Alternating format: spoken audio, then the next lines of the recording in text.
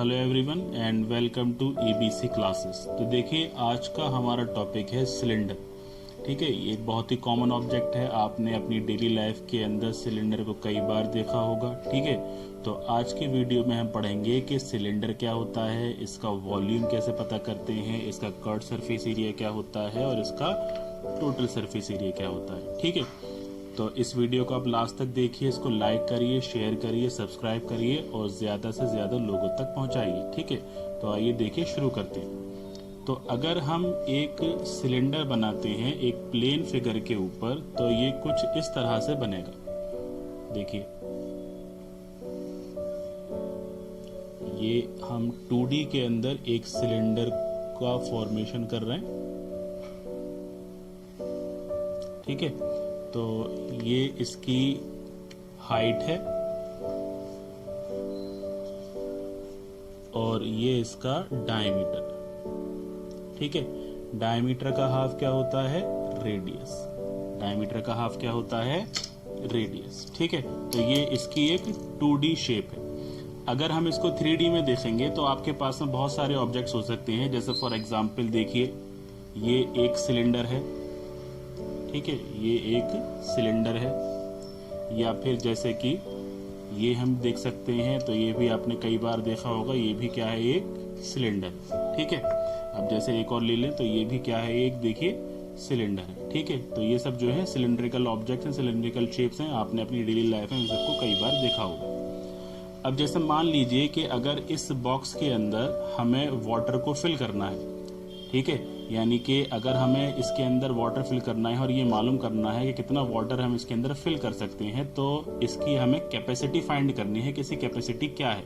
तो उसके लिए हम क्या निकालते हैं? सिलेंडर का वॉल्यूम निकालते हैं। क्या निकालते हैं? सिलेंडर का वॉल्यूम, जिसका फॉर्मूला क्या होता है? पाई आर स्क्वायर एच। ठीक है, तो पाई आर स्क्वायर एच के लिए हमें सबसे पहले इस सिलेंडर की हाइट को मेजर करना पड़ेगा।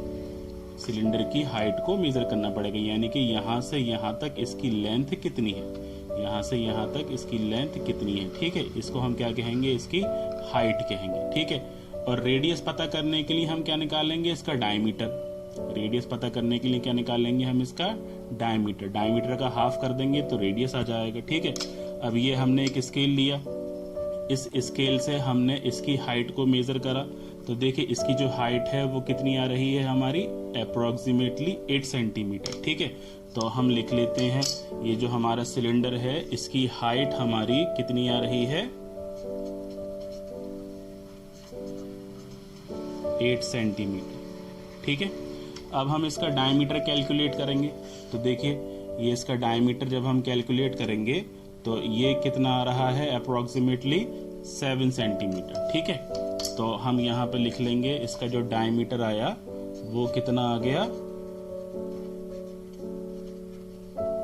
7 सेंटीमीटर। ओके, अब देखिए, इन वैल्यूज को यूज करके अब हम इस सिलेंडर का क्या निकालेंगे? वॉल्यूम निकालेंगे और बाकी दो चीजें, यानी कि कर्व सरफेस एरिया और टोटल सरफेस एरिया निकालेंगे। तो देखिए, जब हम इसका वॉल्यूम फाइंड करेंगे तो वॉल्यूम का फॉर्मूला क्या है? पाई आर स्क्वायर एच। सबको पता है कि पाई की वैल्यू क्या होती है? 22/7। तो पाई की जगह पर हम क्या लिख देंगे? 22/7। अब जब हमारा डायमीटर 7 आया था तो रेडियस क्या होगा हमारा? इस 7 का हाफ, यानी रेडियस हो जाएगा हमारा 7/2 इंटू 7/2। अब इसको दो बार क्यों लिखा हमने? क्योंकि इसकी पावर 2 है और हाइट हमारी कितनी आई थी? 8 सेंटीमीटर। इसको कैलकुलेट कर लेंगे तो हमारा क्या आ जाएगा? वॉल्यूम, यानी कि कैपेसिटी। समझ में आई बात? अब देखिए, ध्यान से समझिए, सबसे इंपॉर्टेंट होता है इसके अंदर कर्व सरफेस एरिया और टोटल सरफेस एरिया। अक्सर बच्चे इसी के अंदर कंफ्यूज हो जाते हैं। ठीक है, तो अब ध्यान से समझिए इसको कि जब हम इस सिलेंडर के अंदर सिर्फ ये वाला पार्ट कैलकुलेट करेंगे, ठीक है, ये वाला जो कर्व्ड वाला पार्ट है, ये जो मुड़ रहा है, ये जो गोल वाला पार्ट है, तो उसको हम कहते हैं कर्व्ड सरफेस एरिया। क्या कहते हैं इसको हम? Curved surface area. कर्व का मतलब क्या होता है इंग्लिश में? जो मुड़ रहा हो। तो जब ये वाला एरिया हम कैलकुलेट करते हैं सिर्फ इसका, तो इसको क्या कहा जाता है? Curved surface area. ठीक है, अब जब इस सिलेंडर के अंदर हम ये वाला एरिया भी कैलकुलेट करें, साथ में ये वाला सर्किल का एरिया और इस सर्किल का एरिया, तो उसको हम कहते हैं फिर टोटल सरफेस एरिया। ध्यान से समझिए, जब इस सिलेंडर के अंदर हम सिर्फ ये वाला एरिया कैलकुलेट करते हैं जो कर्व हो रहा है, जो मुड़ रहा है, तो उसको क्या कहते हैं, कर्व सरफेस एरिया यानी CSA, जिसका फॉर्मूला क्या है 2πr/h।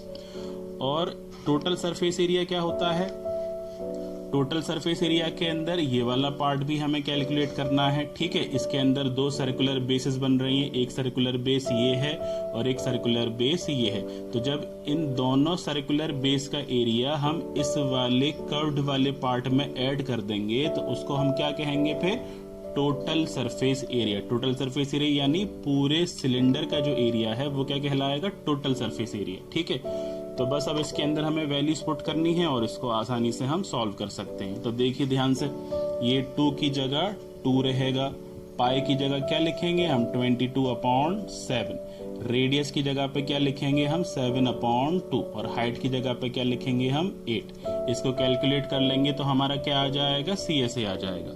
ठीक है, इसी तरह से हम क्या निकालेंगे अब, TSA, टोटल सरफेस एरिया। तो देखिए 2 की जगह 2 लिखेंगे, पाई की जगह क्या लिखते हैं 22/7, रेडियस की जगह पे क्या लिखेंगे हम 7/2।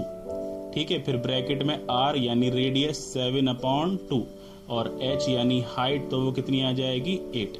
तो इस तरह से हमारा क्या निकल कर आ जाएगा, टोटल सरफेस एरिया।